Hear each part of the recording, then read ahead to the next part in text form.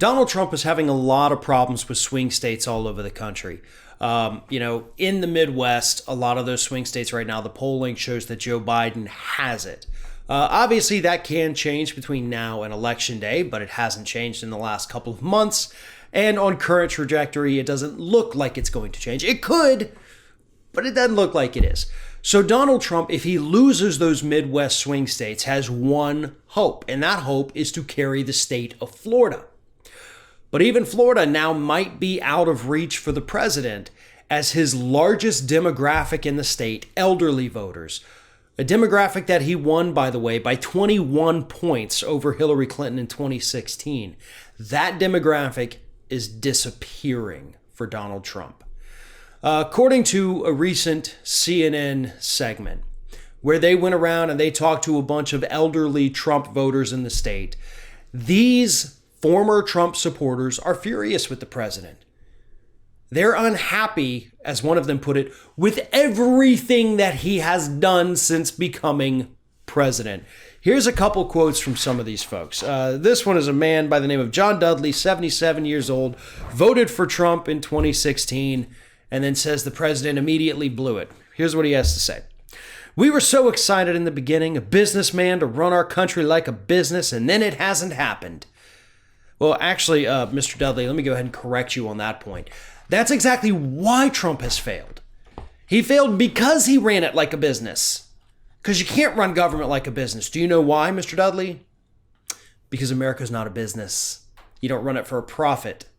You run it for the benefit of the people who are in that country. You can't do that the same way you run a business. It's a recipe for disaster, and that's what we're seeing. Because he did run the country like a business. And he ran it like one of his businesses, where he just ran it into the ground and just, oh well, leave it for the next person to clean up. But Mr. Dudley did continue. He said, "We've got to get a new guy. Our president is erratic. All he's succeeded in doing is juicing up the stock market. Now that's gone to pot because of the coronavirus." So it seems to me that Mr. Dudley here is still kind of saying like, well, I mean, if we still had the stock market, I guess, maybe it wouldn't. But no, even that's gone. I'm not sold on Mr. Dudley being a never-Trumper, by the way. Here's another one. This is Marsha Lund. She's 77 as well. She says, "Everything could have been handled better and should have been handled better. Now was a chance to change things." I agree 100%. Yeah, everything could have been handled better, should have been handled better. It wasn't, so let's move on, right? Another quote here. This is Paula Schelling, doesn't have an age, but says, "I had to change parties. I could not do this anymore. As I saw his interactions with foreign countries, how they were laughing at us, it just fortified my thoughts." And that's a good point, because that is something that Republicans across the country have been saying doesn't actually matter, right? You see these Republican talking heads saying, who cares what they think of us? And as we have repeatedly said, no, actually that does matter. Those are the people we need as our allies. We need them for trade partners. We need them in case we get into any kind of trouble and need some backup. Like, we have to have those alliances. We have to have those friendships. We have to have those countries there. And Trump has pissed every single one of them off, except for the countries that absolutely would not help us out if we ever got between a rock and a hard place. North Korea, Saudi Arabia. They're not going to be there when we need somebody to be there for us. They're probably going to help, stab that knife a little deeper into our back, right? But that's what Trump has done. So nonetheless, these couple of people here, and there were actually more in the CNN segment, obviously these do not represent all of the elderly voters in Florida.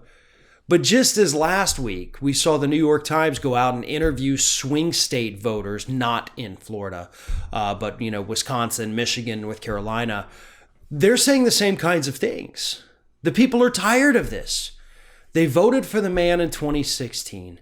They have watched everything that has transpired with this presidency, and they've had enough. It's not cutting it. It's not working for them. It's not working for anybody except for Donald Trump. He has made a heck of a lot of money off being the president of the United States. He has put a heck of a lot of judges on the benches throughout this country. I mean, that is his legacy. That is something that is going to last for generations at this point. But when it comes to doing anything at all that actually helps the average American citizen, it's pretty much universal agreement at this point that Trump hasn't done a single thing to benefit those people.